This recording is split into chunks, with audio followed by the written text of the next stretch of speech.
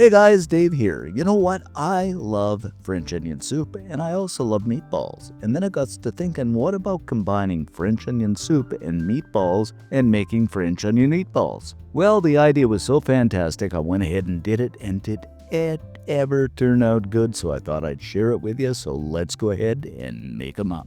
So first off the bat, we're going to throw a pound of ground beef into a mixing bowl. Follow that with about a tablespoon of the old Worcestershire sauce. I use this a lot, it really gives everything that wonderful depth of flavor. 2 tablespoons of good old ketchup, and you can use any kind you want. Then about a teaspoon of garlic. Of course this is powder, but if you want, go ahead and use fresh garlic. A couple of teaspoons of Italian seasoning, and I always get criticized for using too much Italian seasoning, but you know, it's got everything in it. Follow that up with another teaspoon of salt. And of course about a teaspoon and a half of ground black pepper. Take the best kitchen utensil you will ever have, and that's your hands. I'm wearing my fancy blue gloves here. And we'll just mix and mulch that meat. I bet you never heard mulch before with meat. Until everything blends together so nicely.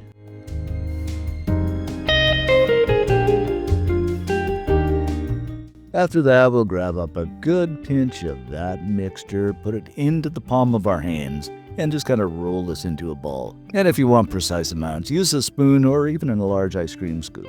After that, I'm going to put these meatballs into a cast iron pan. Now you can use, an oven dish, whatever you like, but I'm using a cast iron pan because we are going to use it again later. Okie dokie, let's throw this into the oven at 350 Fahrenheit for about 25 minutes.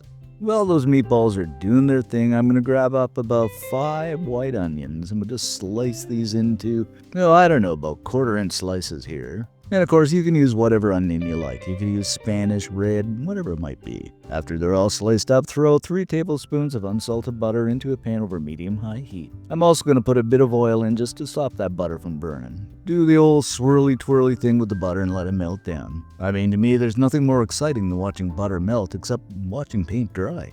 Then grab up those onion slices and ring them in. It's got a nice ring to it, doesn't it? Ring them in. Now I always add in a bit of salt too. This just helps release the water. And we'll just fry and stir these for a few minutes over that medium-high heat. And as you probably know, with cooking onions, it always seems initially like a lot of onions. When you get them cooked, there's not much there. That could be because they're like 90% water. At any rate, I'm just going to reduce the heat and let them cook away for the remaining time the meatballs have to cook. After about 25 minutes, our meatballs are done and they are looking and smelling good. And lo and behold, just check out those onions. They are looking so good as well. So what you want to do is pour about 1.5 cups of beef broth over top of those onions. Got a bit of trouble getting that out, beef broth.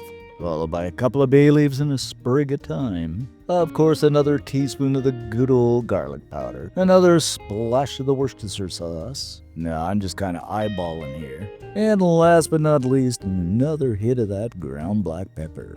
And of course, we'll give everything a stir and let this cook away for a few minutes and let those flavors combine. And my goodness, this smells good. And to be honest with you, I did grab up a spoon and give it a taste, and it is good.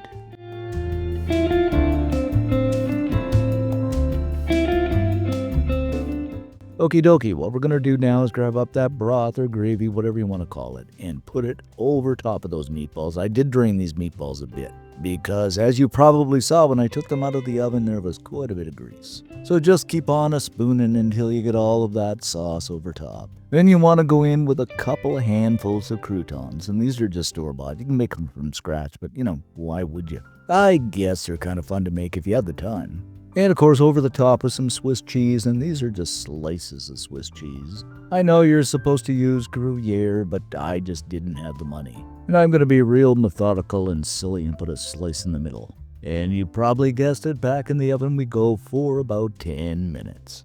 After about 10 minutes, that cheese is melted down, and just look at this. I mean, it looks and smells absolutely delicious. Of course, to make it look real delicious, I'm going to garnish things up here with a bit of parsley.